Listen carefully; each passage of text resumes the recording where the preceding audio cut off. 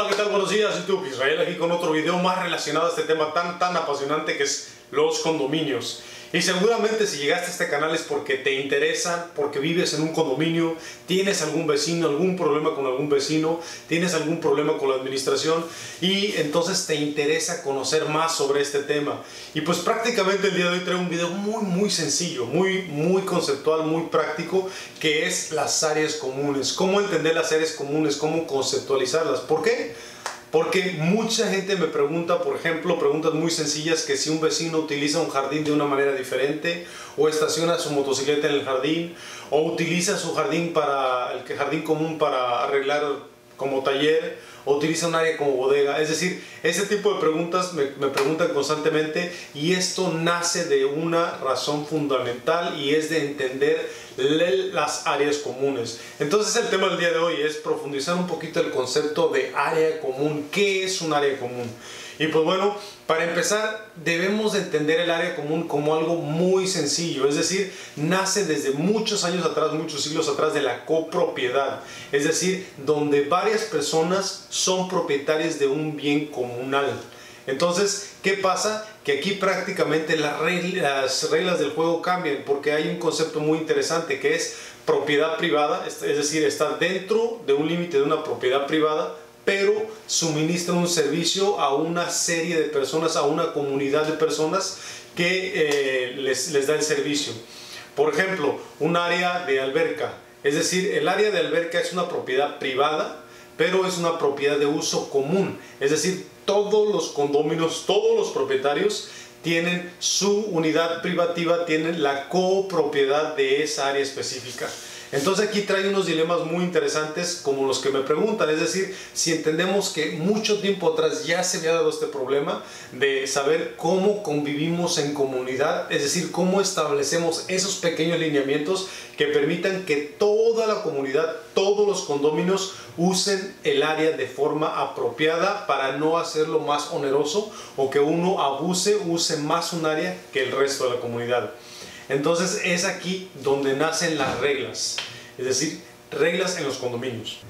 La parte interesante aquí es de que al entender que las áreas comunes son copropiedad, es decir, hay una parte proporcional llamada pro indiviso que le corresponde a cada uno de ellos. Es decir, si esa alberca se pudiera convertir en algo físico tangible, pues bueno, tomarías una pequeña parte de esa alberca y le correspondería a cada uno ese valor. Entonces prácticamente es una extensión de su propiedad privada. ¿Cómo lo entendemos? Pues bueno, muy sencillo. Si tienes un departamento que tiene metros cuadrados X, entonces ese valor proporcional del total del 100% de la unidad va a ser tu valor pro indiviso, el valor que corresponde tu unidad al valor conjunto. Entonces por eso mismo las cuotas de mantenimiento y ciertos cargos que se hacen a los condominios se establecen pro indiviso para mantener el inmueble de acuerdo a su costo y valor relacionado a la propiedad privada. Pero entonces tocamos otro tema muy interesante que también es parte de un derecho privado, es decir, la alberca como tal, las áreas comunes son un derecho privado, es decir, es un derecho que tienes al momento de comprar una propiedad en condominio. Entonces es muy interesante porque aquí es donde es la balanza, es decir, como es un derecho común de todos, un derecho y es privado, es decir, no es público, entonces la cuestión aquí es que la forma de utilizarse está sujeta a la reglamentación interna de la propiedad. Dicho de otra manera, las asambleas son las que determinan el uso de la propiedad. Por ejemplo, si anteriormente tenían un área de lavandería que utilizaban en un condominio, pero actualmente todos los vecinos tienen lavadoras y nadie la utiliza, pues bueno, entonces la asamblea, el condominio puede determinar un uso diferente a esa área. Pero ojo, aquí muy interesante es que el uso que se le dé a esa área tiene que beneficiar de igual manera a todos, es decir, tiene que ser accesible a todos los condominios. Entonces, por ejemplo, las preguntas que me hacen es, si un vecino para una pared y utiliza un área de forma diferente, bueno, ahí no es correcto. ¿Por qué? Porque las áreas comunes son proporcionalmente propiedad privada de toda la vecindad. Entonces, para poder tomar este tipo de decisiones, el cambio de giro de uso de un área común, la ley marca o su reglamento marca ciertas formas de llevarlo a cabo, ciertos pasos para llevarlo a cabo.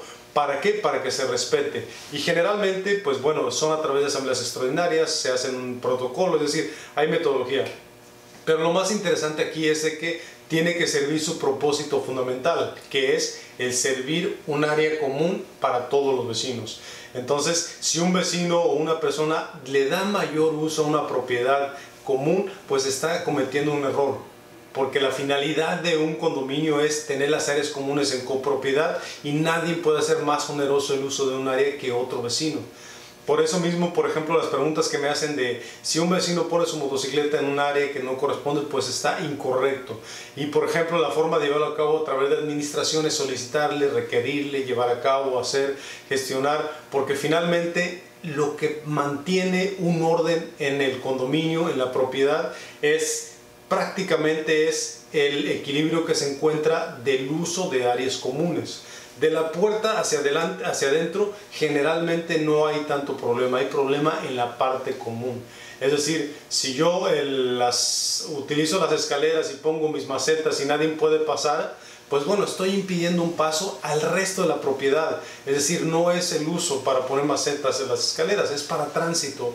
Si yo utilizo, por ejemplo, un pasillo y lo utilizo para hacer algo privado, algo mío ahí, tampoco estoy actuando de forma correcta porque el pasillo es para tránsito.